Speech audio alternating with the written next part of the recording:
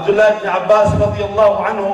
چې د یو کشر الګو رسول الله صلی الله علیه وسلم د فرمایي چې احفظ الله احفظ الله تجده تجاهك واذا سألت فاسأل الله واذا استعنت فاستعن بالله چې الک ته الله وساته الله بتا وساتي انسان د الله څخه ساتلای شي د الله د اوامر ساتل د الله د نواهی ساتل او د الله د حدود او حفاظت کول نو الله رب العالمین به انسان وساتي د دې باب ته فرمایي وای کدا ټول امت را جمع سي او دا غواړي چې تاسو یو داسې خیر ورسي چې الله رب العالمین هغه تاسو نه لیکلي نو اس کړه دا خیر تاسو نه رسیدلای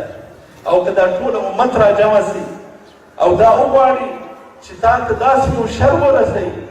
چې هغه الله رب العالمین تاسو نه لیکلي نو دا شر دا تاسو نشي رسولای ځکه کم قلم باندې چې لوح محفوظ او د انسان تقدیر لیکل شوی دی هغه پورته شوی دی او په کومه سیاهي باندې چې دا لیکل شوی ده هغه وچه شوی ده زموږ پر قدر باندې ایمان دی انسان ته چې هر شی رسیږي هغه الله رب العالمین دته لیکلی دی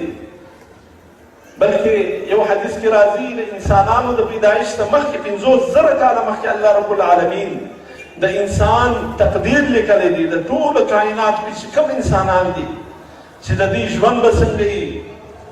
آیا دوی به د سعادت ژوند دي که به دوی د شقاوت